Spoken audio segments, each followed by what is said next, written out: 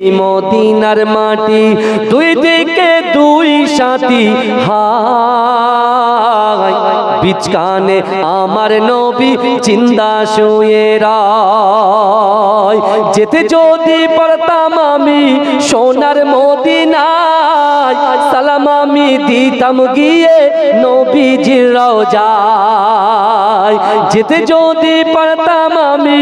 সোনার মদিনায় সালাম আমি দিতাম গিয়ে নবীজির রওজায় মদিনার ওই ধুলাবালি পাই যদি সামনে আমি মদিনার ওই ধুলাবালি পাই যদি সামনে আমি মাতাম আমি পেলে পরে সুরমা বলে হায় বিচকানে আমার নবী জিন্দা শুয়ে রায় বিচকানে আমার নবী জিন্দা শুয়ে রায় রওজাতে শুয়ে নবী কাঁদে যারে যার পাপে ভরা গোনায় ভরা উম্মত আমার রওজাতে শুয়ে নবী কাঁদে যারে যার পাপে ভরা গোনায় ভরা উম্মত আমার কিয়ামতের দিনে নবী করবেন যে রোনা জারি কিয়ামতের দিনে নবী করবেন যে রোনা জারি আল্লাহর দরবারে নবী পড়ে সেজদায় বিচকানে আমার নবী জিন্দা শুয়ে রায় বিচকানে আমার নবী জিন্দা শুয়ে রায় রঙিন রঙিন মেঘের বেলা যাই বয়ে যায় ব্যথা তোর মন যে আমার বড় অসহায় রঙিন রঙিন মেঘের বেলা যাই বয়ে যায় ব্যথা তোর মন যে আমার বড় অসহায় মিটবে মোর মনের আশা পাই যদি নবীর দেখা মিটবে মোর মনের আশা পাই যদি নবীর দেখা মুক্তি আমি পেয়ে যাব মরণের সময় বিচকানে আমার নবী জিন্দা শুয়ে রায় বিচকানে আমার নবী জিন্দা শুয়ে রায় ওরে ও ভূমি মদিনার ভূমি ওরে ও মাটি মদিনার মাটি দুই দিকে দুই সাথী হায়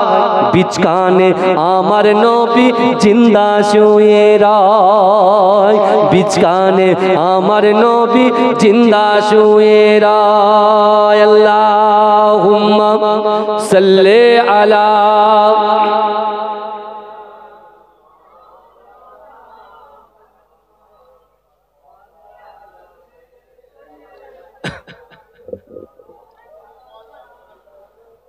আমার ভাই জানেন আজকে আমরা যে মজলিসে উপস্থিত হয়েছি আমরা সকলে জানি আমার বিশ্বনবী রাসূল সাল্লাল্লাহু আলাইহি ওয়াসাল্লাম তার জিন্দেগি জীবনটা 63টা বছর অতিবাহিত করেছেন এই 63 রাসূলুল্লাহর এই 63 বছরের জিন্দেগির ভিতরে দুটো পার্ট আছে একটা হচ্ছে মক্কি জীবন আর একটা হচ্ছে মাদানী আল্লাহ রাসূল সাল্লাল্লাহু আলাইহি ওয়াসাল্লাম নবুয়ত পাওয়ার পর আমার রাসূল সাল্লাল্লাহু আলাইহি ওয়াসাল্লাম